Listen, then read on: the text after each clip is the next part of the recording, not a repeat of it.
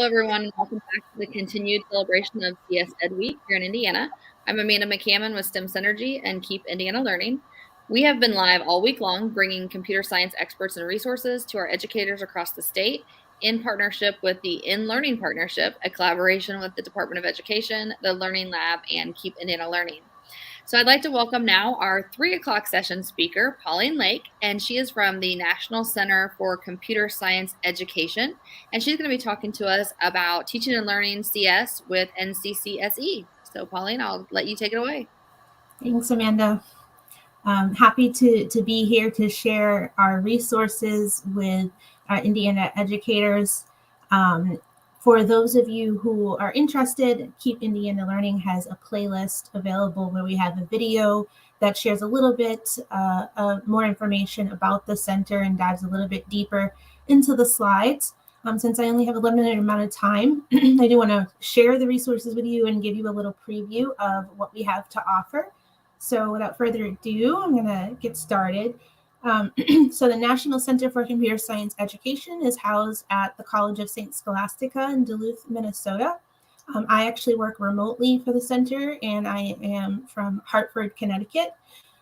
So shout out to the East Coast. So at the center, we are working to research and champion and provide equitable computer science learning opportunities for K through 16 teachers and students. And we have several National Science Foundation grants that are available, but we also provide curricula and professional development for teachers to be able to bring the computer science learning opportunities to their students. Two of the biggest programs that we have are Mobile CSP, Mobile Computer Science Principles, and CS Awesome. They're both high school curricula, but they can be used at the middle school level. And I want to share today how to access those two curricula, the difference between them, and hopefully you find them interesting and something that you might want to use with your students in the classroom. First, a little bit more about the center. We do offer graduate credit, so any educators that are interested in a certificate in computer science education, feel free to reach out. We have education workshops, the certificate. We give graduate credit for participating in computer science conferences, and we're able to do that because we are housed at the College of St. Scholastica, which is known for its online education programs. So feel free to reach out if you are interested in that, or if you're planning to attend an upcoming CS conference. We'd love to check in with you and be able to offer graduate credit for that learning opportunity. So as I mentioned, we have Mobile CSP and CS Awesome. Just so you can kind of understand the difference between the two, Mobile CSP is based on the AP Computer Science Principles framework, and we use MIT's App Inventor, which is a block-based programming language, which I will give you a little preview of in a moment. You can learn more about Mobile CSP at mobilecsp.org. And then for students who are transitioning into CSA, the Java programming course, we have CS Awesome. And CS Awesome is about just giving students more of a foundation and transition into learning Java after they have done the computer science principles course. So looking at it as a pathway or a sequence that students would be learning computer science in. And you can learn more about that at csawesome.org. Both of these curricula are free and they're available online. I'll share how to access those resources. And they are both endorsed by the College Board. So if you are looking to offer the course as advanced placement and get AP credit for your students, you can do that.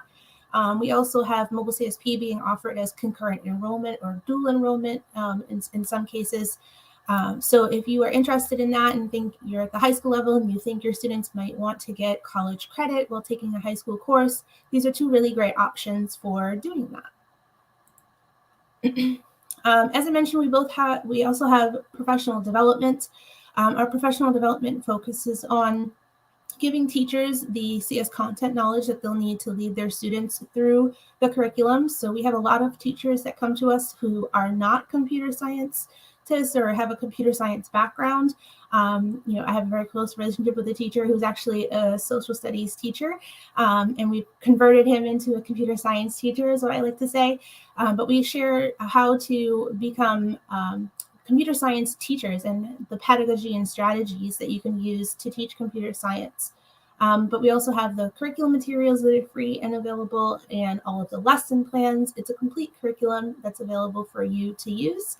And then one thing that we have that teachers really like is that we have mentoring throughout the entire academic year. So if you take part in our professional development, you will get support from an experienced teacher who will be your kind of like go-to person for the entire year as you implement the curriculum in the classroom. All right, so I'm going to start by talking about mobile CSP. Mobile CSP is all about building mobile apps. So we use MIT's App Inventor, a block-based programming language. Students can take their phones and their tablets, and they can start creating mobile apps that they eventually, if they would like, can put onto the Google Play Store. MIT App Inventor actually just moved on to iOS as well. So that is brand new, and teachers love to hear that students who have iPhones and iPads are able to use it now as well. And so what we do in mobile CSP is we focus on building mobile apps, but also we focus on collaboration and being creative. So students are asked to build apps, but they're not just building apps. They're building apps that will solve a problem that is happening in their communities. So they're building apps for their communities, their family, their friends, and trying to solve a real world problem that they are experiencing or would like to help with. And we also focus on having students do written and like oral communication with their presentations that they're doing on their apps. If they're making like an app pitch on their design or the idea that they have, that really helps them. And there is a video available on our website at mobilecsp.org where you can kind of dive in and look into a mobile CSP classroom and see what students are doing. It is one of those classrooms where it looks like students are having fun and playing, but they're learning at the same time as they're on their devices. And this is just a preview of MIT App Inventor. So we have these tutorials and templates that are available to students where they can start and build out and follow through the tutorials to build out the apps that we have designed. So this is actually the very first app that students build in the course called I Have a Dream. And it's focused on learning about this key point in American history with Dr. Martin Luther King and Malcolm X. And essentially what the app does is when you click the button with the picture of either of them, you will hear a portion of their speech, a famous speech that they gave, be played. So from Martin Luther King, that is his famous I Have a Dream speech. So that shows here what the blocks look like. It's sort of like puzzle pieces where students just drag and drop the pieces to fit together. And it really allows them to focus on understanding the logic and how to put the blocks together rather than the syntax. So if you are familiar with text-based coding like Java, that can be a really hard time for students who are completely new to programming to follow that because they're having to deal with things like missing the semicolons and other syntax. App Inventor pretty much eliminates that from happening and allows them just to focus on the logic. They can build other apps like they have a paint pot app where they're doing virtual finger painting. We have a lights off app where it's about saving electricity by turning off the lights, by tapping them, quiz apps, pretty much anything you can think of. So we give the students some starting ideas and tutorials, and then they're asked to do their own projects and create their own app in their own design to solve a problem that's of interest to them. In AP Computer Science Principles, they also get to submit a program. So they get to submit their app to the College Board. And that is part of their overall score in order to get the college credit. So it's really nice that they get to do a project that may be close to them or something that interests them and work on it throughout the year. And then they submit it at the end of the year, in addition to taking the test at the end of the year. So as I mentioned, it is available on Runestone Academy. So you can go to runestone.academy. Runestone is a great free open platform for sharing ebooks or electronic textbooks. And mobile CSP is available on Runestone for free. You can go now to runestone.academy. And what you do is you would sign up for the mobile CSP course. And we have two kind of parallel sites. The blue bar is the student site where students can log in, go through the materials and the lessons sort of one by one. And then you have the teacher branch, which is the green branch, where all the lesson plans, assessment materials, solutions, everything is linked there. We maintain access to this through a Google group. So verified educators can get access to that Google group, and then they'll have access to all of the unit assessments and other resources that we have available for verified educators. What I would like to do is to show you actually what Runestone looks like. So you're seeing hopefully here my Runestone ebook for mobile CSP. And if I'm a student looking to go in, all of the lessons are here. Again, it's free. Log in with an account and you can see what we have. So if I go to the 2.2 lesson, I Have a Dream, this is the one I was just speaking of. This is sort of the structure of what it looks like. It's an interactive textbook. So you can read through, you can click and play the video right in the browser. Students get to see that there's a tutorial. They can use the video tutorial to follow along and build the app out, or use a text version that we have available. Down below, there might be some vocabulary terms or other points. These are all hoverable, so students can see the vocab definitions. And then each lesson has a summary, which goes over what they were learning in the lesson. We offer a still curious section in case there's other things that the student might be curious about. They want to keep learning and kind of be curious and inquire about maybe additional things. We usually put those in the still curious.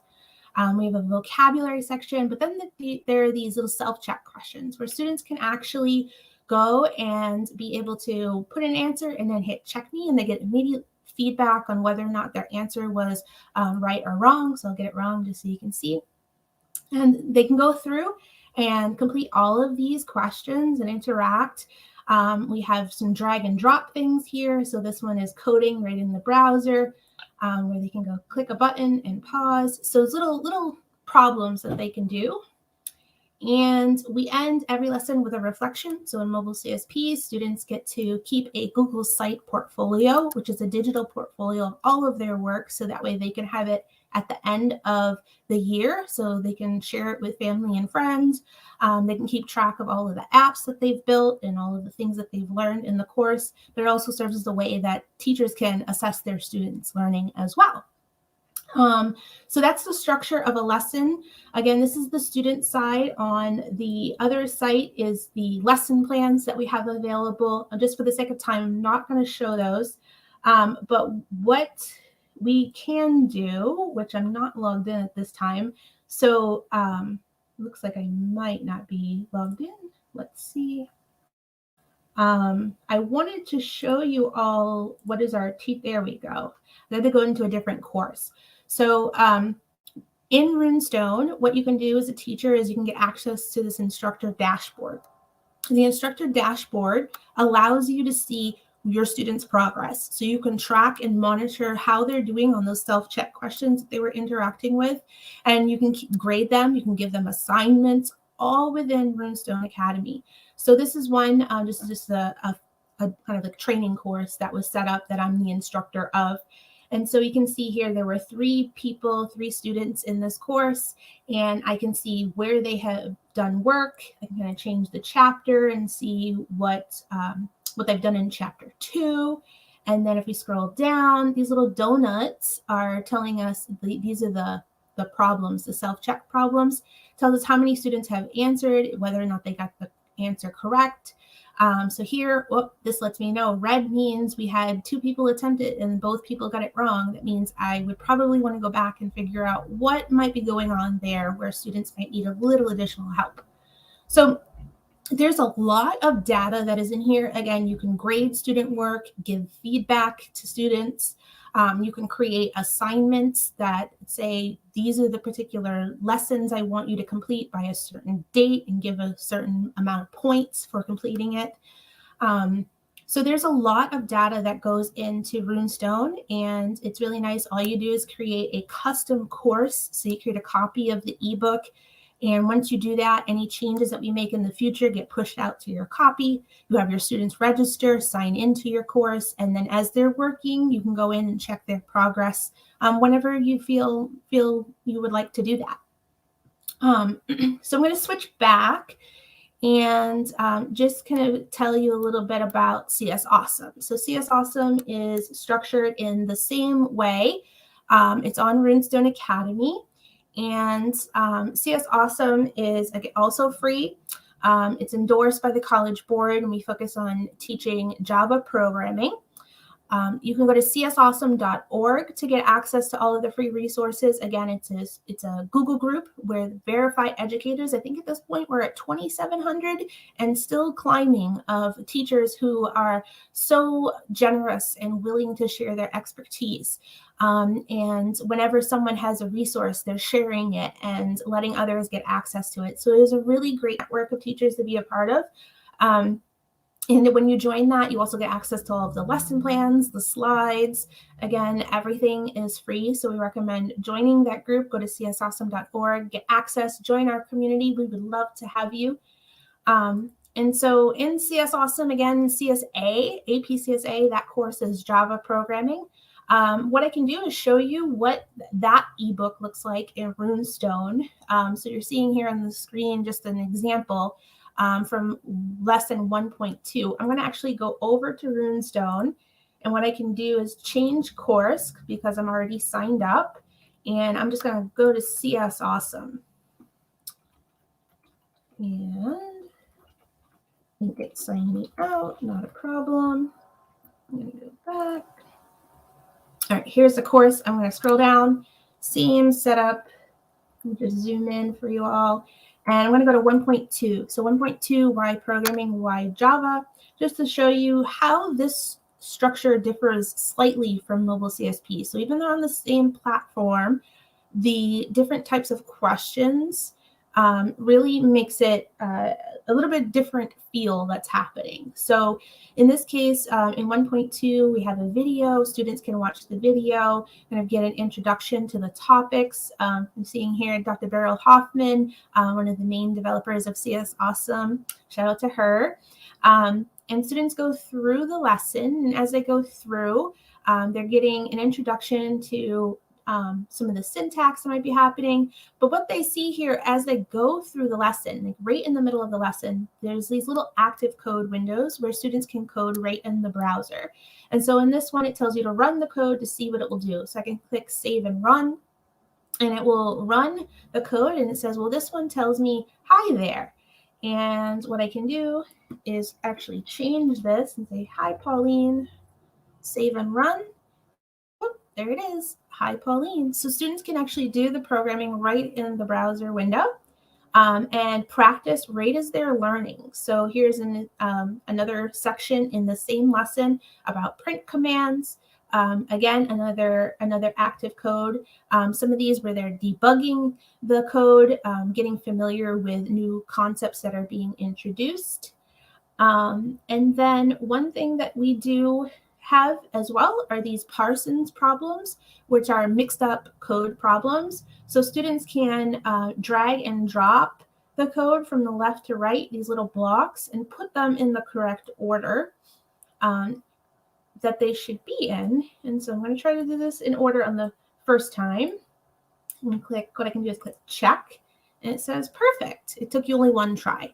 Now, if I was a student who was struggling, I could do this multiple times. If I do it at least 3 times, I could do help me, and I'm still struggling. I could do help me, and it will help by giving me a hint or taking away or collapsing some of the blocks. So it kind of reacts to the students to help them with their learning as they're practicing. So again, those are Parsons problems. There's another one. Another active code. And what I want to show here is pretty much every CS Awesome lesson ends with a challenge, a programming challenge, where students are encouraged to work in pairs using pair programming. In this case, they're learning about debugging with rubber duck debugging. So they have their little ducks, and they would work through and try to debug the code and get it to run without any errors. So if I just run it as is, it will tell me the errors. So there's a challenge that happens at the end of each lesson for students. And again, the teacher dashboard is there, so you can go into the dashboard, the instructors page, monitor how they're doing, and you can give them feedback on their programs that they're writing, on the code that they're doing as well, which is really, really great feature. So if you're interested, you can sign up for CS Awesome at runestone.academy. Something you could try out is lesson 2.1, and 2.1 is learning about turtles and objects in Java, which is really, really great for those who like to get creative. So again, Runestone has the instructor supports, really great dashboard, lots of data. You can create a copy of the course, have your students register, and get them going, all for free. And we have both Mobile CSP and CS Awesome. We have professional development, as I mentioned. For CS Awesome, you can go to csawesome.org/professional development. Extended, longer versions for those who are completely new to Java. So if it's your first time with Java, you can join us and we will help you. And the last one that I had for you was just if you were interested in Mobile CSP, you can go to mobilecsp.org/participate. Again, we have 2 versions of the PD. And most of our PD this year has been online due to the pandemic, but you can feel free to reach out. In some cases, we have scholarships available as well. And again, grad credit available with the center too.